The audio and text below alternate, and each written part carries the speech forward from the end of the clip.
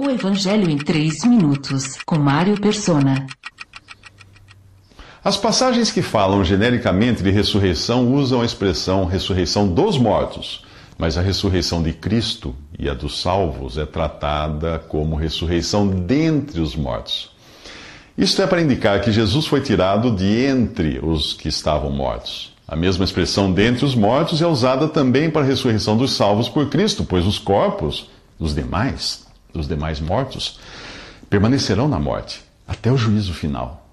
Por isso Paulo escreve em Filipenses 3,11 que aguardava a ressurreição dentre os mortos.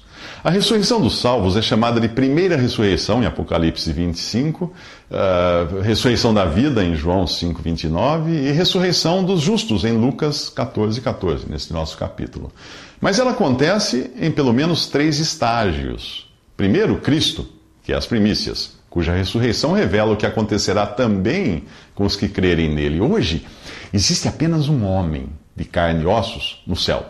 Porém, depois da ressurreição dos mortos em Cristo e da transformação dos vivos no arrebatamento da igreja, todos os que morreram e hoje estão em espírito no céu receberão seus corpos, a semelhança do que aconteceu com Jesus. Então o céu será habitado por milhões de seres humanos em corpos de carne e ossos, porém diferentes deste corpo natural, pois poderão viver na eternidade, quando o tempo deixar de existir. Mas serão corpos tangíveis e não espíritos, como Jesus explicou depois de ressuscitar. Vejam as minhas mãos e os meus pés, disse ele, sou eu mesmo. Toquem-me e vejam. Um espírito não tem carne nem ossos, como vocês estão vendo que eu tenho. Isso está em Lucas 24:39. Ele surgiu no meio deles em um aposento, com as portas fechadas, e comeu peixe com os discípulos.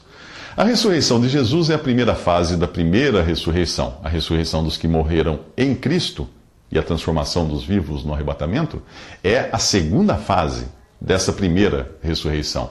A terceira fase seria a ressurreição dos mártires da grande tribulação que virá após o arrebatamento da igreja. Alguns acreditam que os santos do Antigo Testamento ressuscitarão nessa fase, porém eu creio que eles estejam entre os mortos em Cristo, de 1 Tessalonicenses 4,16, que ressuscitarão também no arrebatamento. Poderá haver ainda mais uma transformação dos corpos ou ressurreição no final do milênio, pois nós devemos nos lembrar de que a Terra, no reinado de 1000 anos de Cristo, será habitada por pessoas vivas, em corpos naturais, e que ainda haverá morte durante aquele período. Eu sugiro a leitura das passagens que falam da primeira, segunda e terceira fases da primeira ressurreição. Você encontra em 1 Coríntios capítulo 15, também em 1 Tessalonicenses 4, de 15 a 18, e Apocalipse 14, 13. Nos próximos 3 minutos veremos a segunda ressurreição. Mas eu espero, sinceramente, que você não esteja entre os que participarão dela.